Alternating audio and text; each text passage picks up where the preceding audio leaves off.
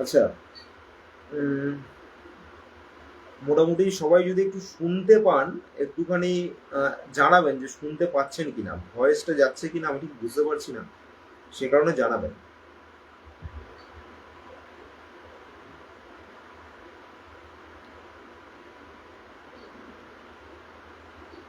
যদি কেউ দেখেন একটু জানাবেন যে শুনতে পাচ্ছেন কিনা।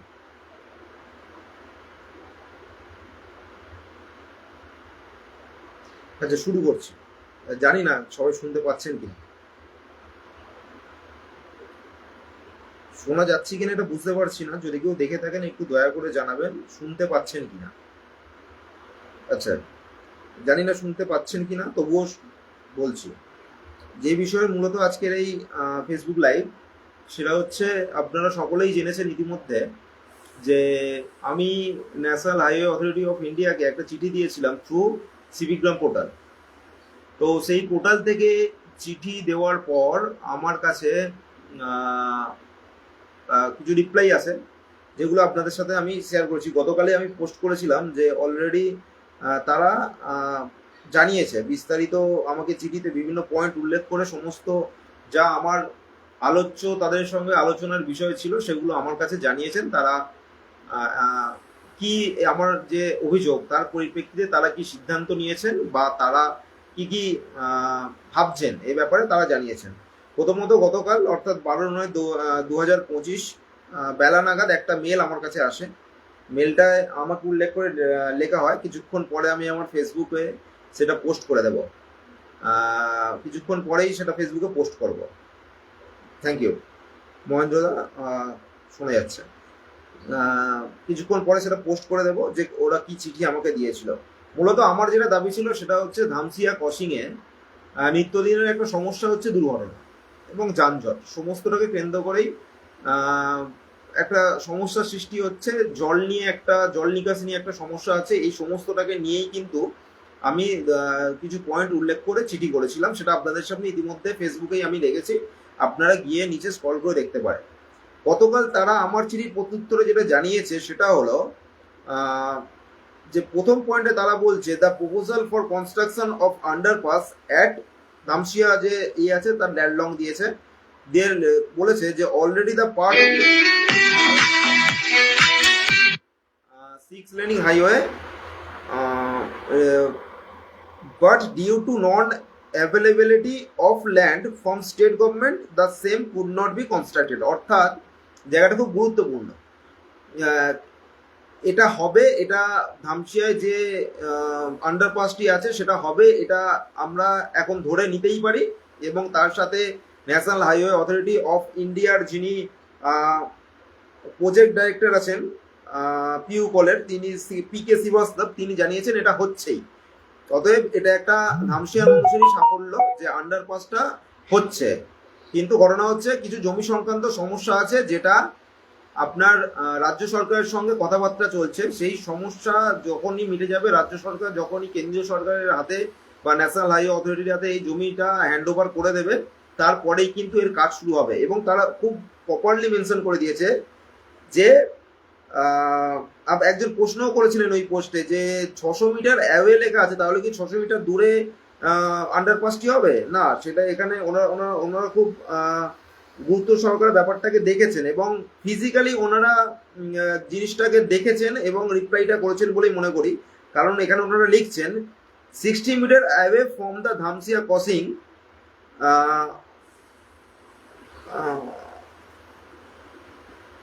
হ্যাঁ, যেটা লিখছেন যে the land matter has taken up freshly with the state government, রাজ্য সরকারের সঙ্গে ওনারা আলোচনা করছেন এই ল্যান্ডের ব্যাপারে, for construction of underpass whose end of the slope is approx 60 metre away from the Dhamsia crossing. অর্থাৎ ধামসিয়া ক্রসিং এর শেষ প্রান্ত, অর্থাৎ যেখানে গিয়ে ঢালটা রাস্তার শুরু হবে, মানে যে ঢালের উপর দিয়ে আমরা উঠবো বা যে ঢালের উপর দিয়ে আমরা নামবো, সেইটা 600 মিটার দূর থেকে শুরু হবে। সেই 600 মিটার দূর থেকে শুরু হওয়া ঢালের ক্ষেত্রে যে জমি জট, সেই জমি জটের কারণে এটা আটকে আছে, ওনারা সেটা বলতে দিয়েছেন। এবং সে ব্যাপারে ডিস্ট্রিক্ট অ্যাডমিনিস্ট্রেশন, মানে জেলা যারা অধিকর্তা তাদের সাথে আলাদাভাবে আলোচনা করছেন এবং তার সাথে ওনারা লোকালিও আলোচনা করছেন সাধারণ মানুষের সাথে, যাদের জমি সংক্রান্ত ব্যাপারগুলো আছে এবং রাজ্য সরকারের সঙ্গে জমি সংক্রান্ত ব্যাপার যাদের আছে, ল্যান্ড অ্যাকুইজিশন যারা করবেন তাদের সঙ্গে ওনারা এই ব্যাপারে আলোচনা করছেন এবং আন্ডারপাসটা হবে এটা ওনারা কনফার্ম করেছেন এবং সেটা একটা প্রজেক্টের অংশ। এটা ওনারা উল্লেখ অলরেডি করে দিয়েছেন। এটা এক। 2 নাম্বার, ওনারা যেটা উল্লেখ করেছেন তার মধ্যে বেশি কিছু লেখা নেই, সেটার মধ্যে লেখা আছে খুব থরলি যদি যাই, যে ট্রাফিক আইন নিয়ম মেনে চলবেন, নিরাপদে যাত্রা করবেন, নিয়ম মেনে ট্রাফিক সাইন বা নিয়ম বা সমস্ত কিছু মেনে আপনারা গাড়ি চালাবেন, এইগুলোই একটার পর একটা ওনারা বলেছেন, যেগুলো নর্মস ওনাদের সেগুলো বলেছেন। 3 নম্বরে যে পয়েন্টটা দিয়েছেন সেই পয়েন্টটার ক্ষেত্রে আমার কিছুটা অবজেকশন আছে এবং এর জন্য আমি পরবর্তীকালে ওনাদেরকে আরো একটা কমপ্লেন করতে চলেছি। সেটা হচ্ছে যে ওনারা লিখছেন, further regarding the issue of water lodging at this location, it is to inform that the water from culvert flows into a nearby existing drain, ব্যাকেটে নালা দিয়েছে, but local public has blocked box culvert outlet at that longটা দিয়েছে filling soil. The local public expressed that water from culverts leads to water lodging in their village during the rainy season. That's why they have blocked the box culvert outlet. অর্থাৎ মানে করলে দাঁড়ায় যে বিভিন্ন box culvert ওখানে রাখা আছে যেগুলো দিয়ে জল পাস হয়, সেগুলো স্থানীয় মানুষ বন্ধ করে রেখেছেন এবং এখানে স্থানীয় মানুষের ঘাড়ে তো দোষ দিয়েছেন, যেটা আমার সবচেয়ে বড় একটা প্রতিবাদের জায়গা। স্থানীয় মানুষের উপরে দোষ দেওয়া ওনাদের অনুচিত হয়েছে। এই কারণে আমরা যারা এই এলাকায় থাকি আমরা দেখেছি কিভাবে একটার পর একটা এলাকা, এদিকে ধামসিয়ার কিছুটা এলাকা, কুলাইয়ের এলাকা, সাতগড়িয়ার এলাকা, বিকিহাগোলার এলাকা, এই সমস্ত এলাকায় জল যন্ত্রণার জন্য মানুষের ঘর পর্যন্ত জলে ডুবে যাচ্ছে, শুধুমাত্র পার্শ্ববর্তী নালাগুলোর সংস্কার করানো হয়নি বলে। তখন এবারে মানুষ কি করবে? যদি তাদের ঘরে জল ঢুকে যায়, মানুষ তো তার জল ঢোকার জন্য আপনার ন্যাশনাল হাইওয়ে অবস্ট্রাকশন করেনি, তারা তাদের জায়গায় যদি কিছু আটকে তাদের জলটাকে আটকাতে পারে, কিন্তু তার জন্য তো আপনাদের বিকল্প কোনো ব্যবস্থা থাকবে। আপনারা সেই ব্যবস্থা না করে সাধারণ মানুষের উপরে দোষ দিয়ে দিলেন যে তারা বন্ধ করে রেখেছে। আবার তার সাথে এটাও উল্লেখ করে দিলেন যে তারা জানিয়েছে যে যেহেতু বর্ষাকালে প্রচন্ড বর্ষা হয় এবং তারা বর্ষাকালে ডুবে যান, সেই কারণে তারা এই জায়গাগুলোকে বন্ধ করেছেন, অর্থাৎ বাঁচার রাস্তাটাও আবার তৈরি করে রাখলেন। আমি আমার লয়ারদের সঙ্গে, হাইকোর্টের লয়ারদের সঙ্গে আলোচনা করেই ওনাদেরকে এই যে দুটো পিটিশন ছিল, এই দুটো পিটিশন ওনাদের কাছে পাঠিয়েছিলাম। তার মধ্যে আমি তো এটা করেছিলাম 28 তারিখ, ফার্স্ট মেলটা সম্ভবত ওনাদের করেছিলাম। তারপর যে মেলটা করেছিলাম সেটা হচ্ছে আজ থেকে ধরুন 4-5 দিন আগে। সেখানে ওনাদের খুব স্পষ্ট ভাষায় লিখে দিয়েছিলাম, যদি আপনারা কোনো অ্যাকশন না নেন তাহলে আমি কিন্তু বাধ্য হব ফার্দার লিগাল অ্যাকশন নিতে। যেমন আমি লিখেছিলাম, this is to your information, this attach file problem is very seriously problem, so if you cannot take any necessary action, I will must go for legal action against your authority, and also I will draw the attention of the Honorable High Court regarding this matter within 7 days. I hope you will take necessary action as soon as possible.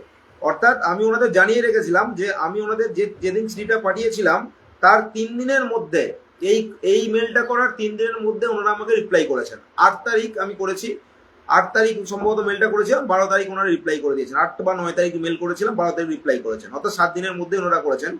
আমি আমার যারা হাইকোর্টের যারা আমাদের advocate বন্ধুরা আছে তাদের সাথে আলোচনা করেই ওনাদেরকে এটা জানিয়েছিলাম ওনাদের মতামত অনুযায়ী, এবং সমস্ত এটা বিস্তারিত আলোচনা করার পর আমি আবার ওনাদের এগেনস্টে একটা কমপ্লেন করতে যাচ্ছি। সেটা হচ্ছে ওনারা যেটা বলেছেন যে সাধারণ মানুষ রাস্তা বন্ধ করে রেখেছে, সাধারণ মানুষের জল যন্ত্রণা আপনারা বন্ধ করুন, সাধারণ মানুষের জল যন্ত্রণার ছবি আপনারা বন্ধ করে দিন, তাহলে সাধারণ মানুষ আপনাদের কাছে যাবে না। সাধারণ মানুষের উপর দোষারোপ করে আপনারা দীর্ঘদিন বাঁচতে পারবেন না, সেটা কেন্দ্রীয় সরকারের যেই হন আর রাজ্য সরকার, যে সাধারণ মানুষের উপর দোষারোপ করে দীর্ঘদিন বাঁচা যাবে না। তো ঘটনা হচ্ছে কেন্দ্রীয় সরকারের অধীনস্থ সংস্থা, এবার বলা হয় যে শতান্ত্রিক সংস্থা, national highway authority of India, but সমস্ত ক্ষেত্রে যদি একটা ন্যাশনাল ব্যাপার থাকে তো তবে এটা ঘটনা যে ওনারা প্রপারলি ইনভেস্টিগেশন জিনিসটা করেছেন এবং প্রপারলি তার উত্তরগুলো পর্যন্ত ওনারা দিয়েছেন। এই জন্য ওনাদের ধন্যবাদ ওনাদের প্রাপ্য, ওনারা উত্তরটা দিয়েছেন।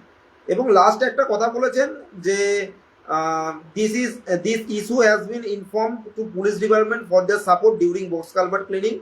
বক্স কালভার্ট ক্লিনিং এর জন্য পুলিশ ডিপার্টমেন্টের সাহায্য ওনারা নিচ্ছেন বা প্রশাসনিক ভিডিওর পাঁচলা ভিডিওর সাহায্য নিচ্ছেন বা ওনাদের সাহায্য নিচ্ছেন।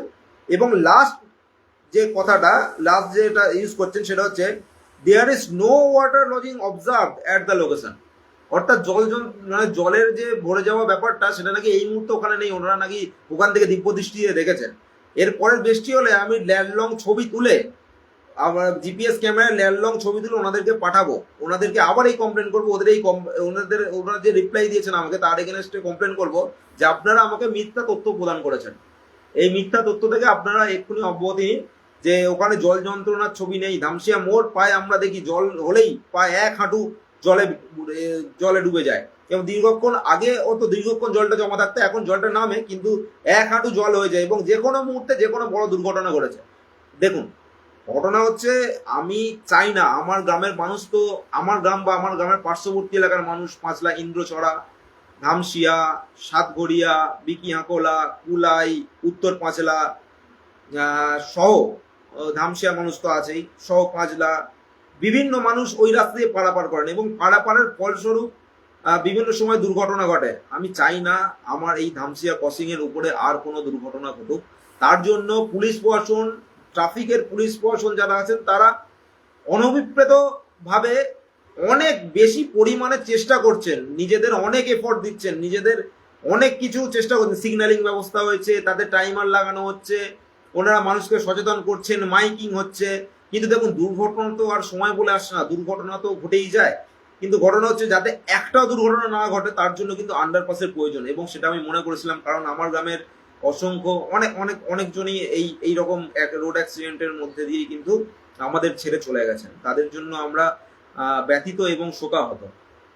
ফলস্বরূপ এই লড়াই সব শুরু হয়েছে, শুধুমাত্র এই লড়াই না, আরো 2-3টি গ্রামের বিষয়ের উপরে আমি এই লড়াই করছি। এই 2-3টি বিষয় আপনারা ইতিমধ্যে জেনেছেন। আমি আইটিসি যে কারখানা আছে তাদের ওয়ার্কারদের যে ছুটি হয় সেই ছুটির সময় যাচ্ছে তাই আমি নিজে যখন ধামসিয়া মোড়ে থাকি আমি দেখেছি যাচ্ছে তাই পরিস্থিতি সৃষ্টি হয়। এমন একটা পরিস্থিতি সৃষ্টি হয় যে কোনো সময় কিন্তু দুর্ঘটনা ঘটতে পারে, এরকম একটা পরিস্থিতি কিন্তু সেই সময় সৃষ্টি হয়ে থাকে। তো সমস্তটা দেখার ফলে মনে হয়েছে যে ওয়ার্কার ওখানে কাজ করছেন, আমার পরিবারের কোনো সদস্য তো বিভিন্ন জায়গায় কাজ করেন, পথে দুর্ঘটনায় কারোর আহত হলে তো কারোরই ভালো লাগে না, না? চোখের সামনে যেটা দেখেছি সেই কারণেই মনে হয়েছে যে সিগন্যালিং ব্যবস্থাটা আরো আধ ঘন্টা যদি এক্সটেন্ড করা যায় তাহলে হয়তো ওই মানুষগুলো রিলিফ পাবেন, অন্তত ওই কারখানার সময়টুকু। আমি ওনাদেরকে অলরেডি পুলিশের যারা অধিকর্তা আছেন তাদেরকে, উচ্চতর অধিকর্তা আছেন তাদেরকে আমি বিষয়টা তাদের দৃষ্টিগোচরে আনার জন্য আমি ইতিমধ্যে চিঠি করেছি, আপনারা ইতিমধ্যে দেখেছেন। এবং পরবর্তীতে আমি ধামসিয়া প্রাইমারি স্কুলের ক্লাস 8 পর্যন্ত ছেলেমেয়েরা যাতে লেখাপড়াটা ধামসিয়া প্রাইমারি স্কুলেই করতে পারে তার জন্য ইতিমধ্যে আমি আমাদের দেশের যিনি শিক্ষামন্ত্রী ওনাকে চিঠি করেছি, আমাদের রাজ্যের শিক্ষামন্ত্রী ব্রাত্য বসুকে চিঠি করেছি, ওনাদের যারা আইএএস অফিসার সচিবরা আছেন তাদের চিঠি করেছি, আমি ডিএমকে চিঠি করেছি, আমি এসআইবি পাঁচলাকে চিঠি করেছি। অতএব আমি সবাইকে কিন্তু ব্যাপারটা নলেজে দিয়েছি। এই লড়াইটা শুধুমাত্র আমার একার লড়াই না, এই লড়াইটা আপনাদের সকলের হয়ে আমি লড়ছি। বাচ্চাদের ভবিষ্যৎ যদি ধরুন, আমি নিজে আমার ব্যক্তিগত অভিজ্ঞতার কথা হচ্ছে, আমি নিজে ধামসিয়া আমি সাতঘড়িয়া প্রাইমারি স্কুলে পড়েছি। সাতঘড়িয়া প্রাইমারি স্কুলে পড়ার পর আমি তো বেলকুড়া চন্দ্রকুমার অধরচন্দ্র বিদ্যাপীঠে পড়তে গেছি। আমি তো ছোটবেলায় সাইকেল চালানো জানতাম না, প্রায় 5 কিলোমিটার রাস্তা আমাকে হেঁটে যেতে হতো। গভর্নমেন্টের নর্মসে আছে এবং সেই নর্মসগুলো উল্লেখ করে দিয়েছে যে আমার পার্শ্ববর্তী এলাকায় মানে যা হবে সেটা ওই 2 কিলোমিটার এবং 3 কিলোমিটার রেডিয়াসের মধ্যে উচ্চ বিদ্যালয় থাকতে হবে শিক্ষার্থীর বাড়ি থেকে। এটা হচ্ছে আইন। এই আইনের বলে আমি কিন্তু ওনাদের চিঠি করেছি এবং প্রত্যেকটা জায়গাতে আমি কিন্তু অলরেডি মেল করে দিচ্ছি, সেই কপি আপনাদের কাছে আমি কিন্তু অলরেডি ফেসবুকে দিয়েও দিয়েছি। তো ঘটনা হচ্ছে এই কাজগুলো আমি করছি। এখানে কোনো দল নেই, এখানে কোনো রাজনীতি নেই। গ্রামের ছেলে মেয়েদের ভালো হলে সবার ছেলে মেয়ের ভালো হবে। আমি চাই আমি যে কষ্ট করেছি আমার পরবর্তী প্রজন্ম বা আগের প্রজন্ম যারা কষ্ট করেছে এই পরবর্তী প্রজন্মের ভাগিদার যেন কোনোভাবেই আগামী প্রজন্ম যারা আসছে তাদের হতে না হয়, সেই কারণে আমি কিছু এরকম ব্যাটেল লড়ছি।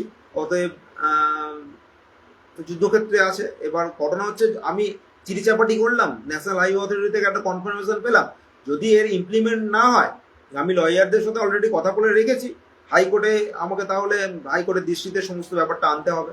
এটা এক, সমস্ত বিষয় নিয়েই আমি কিন্তু এই যে লড়াইটা শুরু করেছি 2-3টে বিষয়ের উপর আমার গ্রামে, এইগুলোর কিন্তু আমি কিন্তু শেষ দেখে ছাড়বো, তাতে যা হবে দেখা যাবে, সেই নিয়ে কিছু তোয়াক্কার ব্যাপার নেই। কিন্তু এই লড়াইগুলো প্রয়োজন, এই লড়াইগুলো দরকার। এবং আপনাদের কাছে বলি, আগামী দিন আরো বিষয় হয়তো উত্থাপিত হবে। আমি চাই এর সঙ্গে সমস্ত মানুষ একত্রিত হোক, একত্রিত হয়ে এই লড়াইটা লড়ুক, এবং একত্রিত এই লড়াইটা লড়ার মধ্যে দিয়েই কিন্তু ধামসিয়া গ্রামের সাফল্য হোক। এবং প্রতিটা গ্রামে যা অসুবিধা সুবিধা, রাজ্য সরকার কেন্দ্রীয় সরকার তারা তাদের দিক দিয়ে যা যা চেষ্টা করার সেগুলো তো করছে, কিন্তু যা ঘাটতি রয়ে গেল রাজ্য সরকার এবং কেন্দ্রীয় সরকার, এই দুই সরকারের গোচরে এমন কিছু ঘটনা আছে যেগুলো আসেনি, বা প্রশাসনের আধিকারিকদের গোচরে হয়তো আসেনি, এরকম বেশ কিছু ঘটনা আছে, সেগুলো তাদের দৃষ্টিতে আনা বা গোচরে আনা আমাদের দায়িত্ব এবং কর্তব্য বলেই আমি মনে করি। প্রতিটা গ্রামের যারা আছেন, যাদের এরকম প্রয়োজন, মানে আপনার গ্রামের কি কথাবার্তা আছে সেগুলো আপনি নিজে উদ্যোগী হন, মানুষকে সঙ্গে নিন, চিঠি চাপাটি করুন, তারপর লড়াই তো যা আছে লড়া যাবে, অসুবিধা নেই।